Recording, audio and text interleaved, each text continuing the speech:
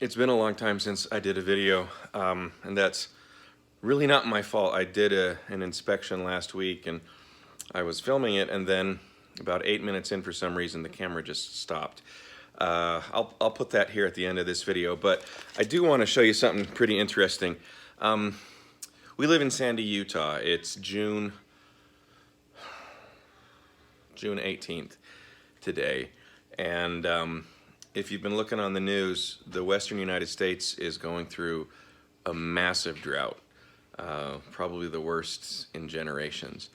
Like, it's not even officially summer yet, and our streams here in the Intermountain West are running at the amount of water that we usually see in like September and October. All of our water, all of our water in Utah comes from the mountains, basically, from the snowpack in the mountains and the reservoirs that we've developed to capture that runoff. And this year, it's just awful. There's no water.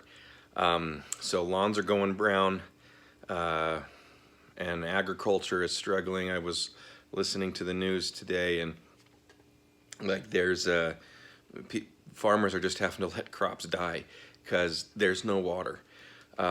It's really bad news. And as far as the honeybees go, that means the nectar flow is really down. And then add on top of that, we are just having historic heat here in Utah. Like today, I was driving and I'm looking down at the thermometer in my car, and on the freeway it was 108 degrees.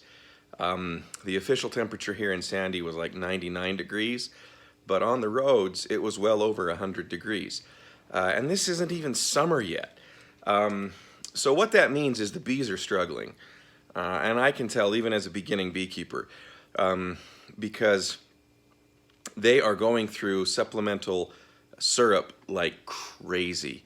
They're going through about a quart every 2 days just to stay alive, because there's no nectar out there. There's no water out there. And it is roaring hot during the day. It's now about 11:20 at night, and I just want to show you something. I mean, I did a little video earlier this year showing what I thought was bearding, but it's really bearding now. I mean, they're so hot, even at 11:20 at night. I just got to show this to you. So hopefully you can see this. But there's the front of the hive, and it's just covered with bees that are trying to cool down even at 11:20 at night. I've refilled that feeder today at about 6 o'clock in the evening.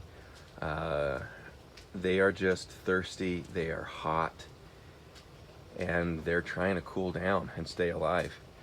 So, you know, to the extent any of you believe in a higher power, pray that we start getting some rain, because things are bad here, and the bees are struggling, the farmers are struggling, and we need water. The bees need water. Okay, so here we go. So the first thing is you just kind of puff some smoke in here into the entranceway. That just lets them know that we're getting ready to come in. And the other thing is, we just want to move fairly slowly, deliberately.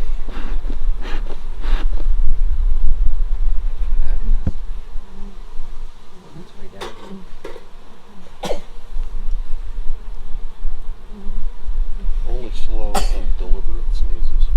Yeah. Yes, sorry. This I'm going to put right here. So we... There's a mess around. I'm just resin. No, I know. I was just playing. Now I'm anticipating that this is going to be stuck. A little bit. Oh. So did you just build these? No, I bought them. After I said that, I was like, nah, you probably bought them. I bought them.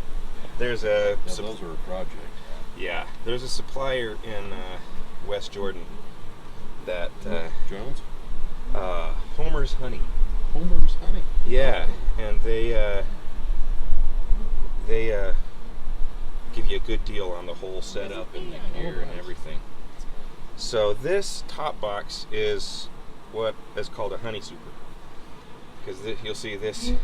There's something that prevents the queen from coming up in here, so she can't come up in here and lay eggs.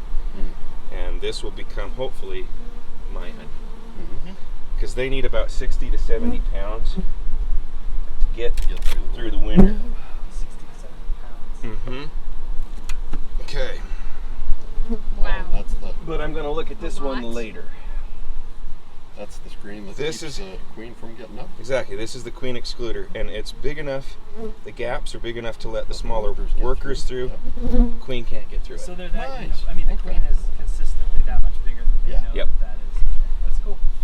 So we'll just take this off, and the queen is not on that one.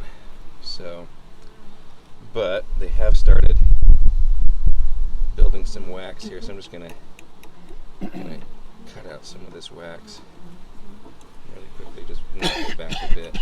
Only slow and deliberate cops. Very slow and very delicate.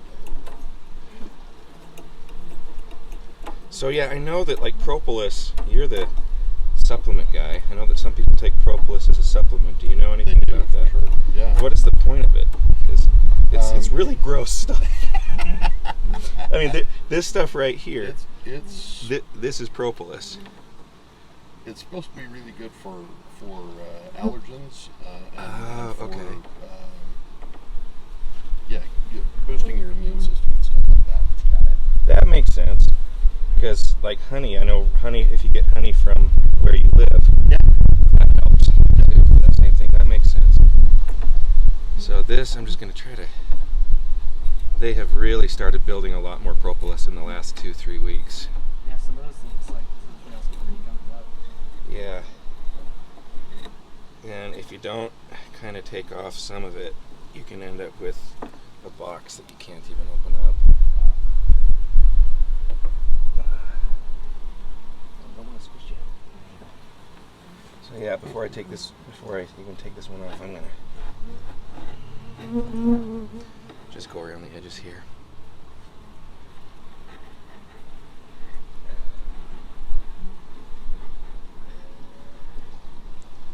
But wow, You should that's train them better to only do it where you want it. yeah. Okay, so this is probably where the queen is, and but I'm not gonna dig into this one quite yet. Oh man, this stuff is so gross. It is really, Pretty sticky. Oh, yeah. really sticky stuff. It's pretty amazing, but Yeah, they have to dry it out in order to yeah, do anything with it commercially. really sticky. Oh golly. There we Dry it out and turn it into granules. go. Okay, so here we go. So this is probably where the queen is, but I'm gonna start with the bottom box, and it will really glue this sucker together.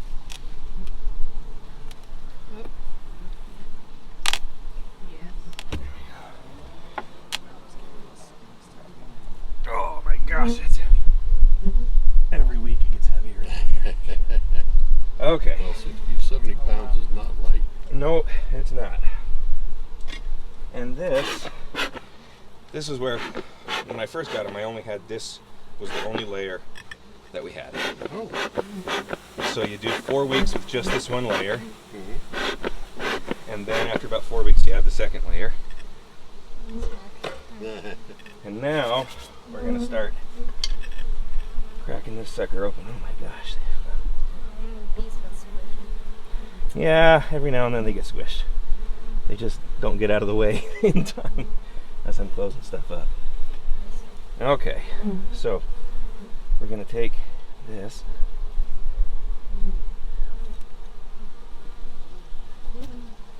Okay. So if you look there, this one is just turning into honey. All that liquid that you see, that's nectar, and they're gonna convert that into honey. The yellow cells that you see, that's pollen that they're storing.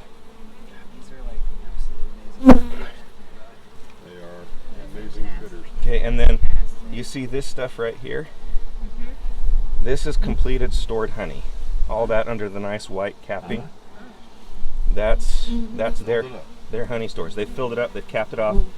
It's ready for use when they need it. So that's first frame. And I gotta scrape off some gunk here.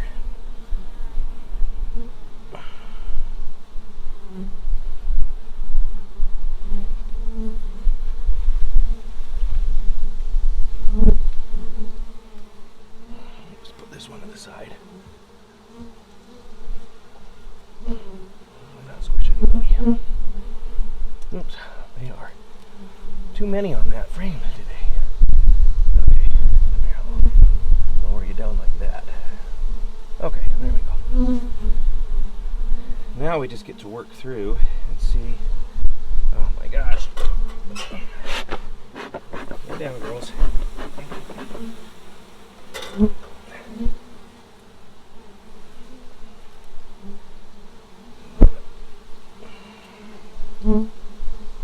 Okay, so there's a lot more honey on that frame Yeah. and a lot of pollen on that frame. Really working. A lot more honey on that frame. And let's see here. Okay, here, this is cool. If you look down here, there are basically 3 types of bees. One queen, a bazillion and a half workers, and then a good number of drones. That guy right there is a drone.